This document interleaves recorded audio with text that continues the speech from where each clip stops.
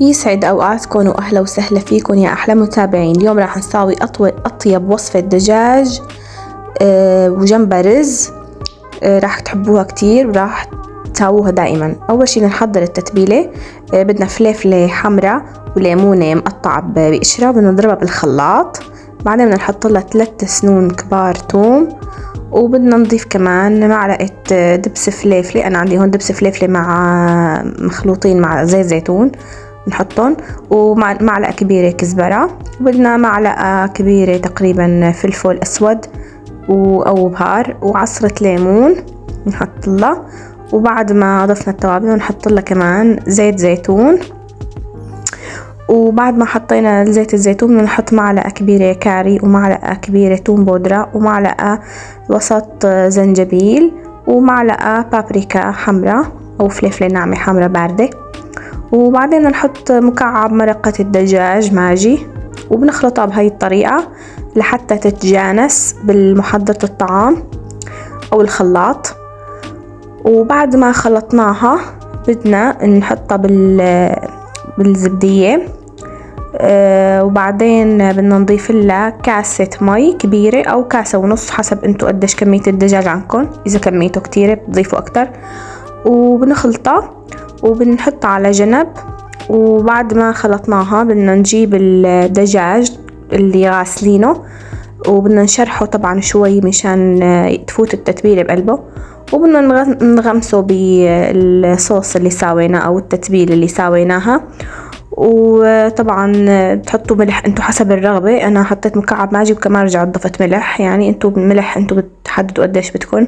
هو مكعب الماجي مالح يعني بجميع الاحوال. بعدين هيك بنغمسها منيح، بنفركها منيح لحتى تتغلغل فيها التتبيلة، وبنغطيها وبنتركها لتاني يوم بالبراد لحتى تشرب. وهي بعد ما طلعناها ضلت ليلة كاملة بالبراد. ما تتخيلوا ريحة الليمون وريحة التوابل والزنجبيل والثوم كلها فايحة، يعني بتشتهوا تاكلوا الدجاج ني من كتر ما أنا هيك فايحة الريحة الطيبة. وبعدين بنصفها مثل ما كنتم شايفين بالصينية وبنحطها. وبعد ما حطيناها كلياتها بالصينية بدنا نضيف عليها من مرقة التتبيلة اللي ساويناها. طبعا ما تكتروا، يعني تقريبا شي انه كبجايتين. وبعدين بتحطوها بالفرن. اول شي بترشوا لها شوية ملح على الوش، وبعد ما رشيتوا لها شوي ملح على الوش بتحطوها بالفرن بالرف الوسطاني، وبتشعلوا النار. تكونوا محمين الفرن مسبقا على درجة حرارة 250 يعني أعلى شي، وبتحطوها بالدرف الوسطاني بالفرن. وبعدين بتحطوا فوقها صينية، ما بتغطوها بالسلوفان أو بشي، بس تحطوا بس صينية يعني بالنص مشان ما يحترق الوش مباشرة. وبعدين بتجيبوا كاسة رز حبة مصرية وبتنقعوها بمي ساخنة وبتتركوها على جنب. وطبعا هاي الأكلة كتير طيب جنب الرز لأنه راح يكون فيها مرقة. بعدين بعد ما استوت تقريبا نص استواء بتجيبوا معلقة سمنة وتدهنوا الدجاج بهي الطريقة. وفيكم تدهنوا طبعا سمنة حيوانية أو زبدة بتعطي طعمة طيبة. وبترجعوا تحطوها مرة تانية بالفرن بس من دون ما ترجعوا تغطوها بالصينية، ما في داعي.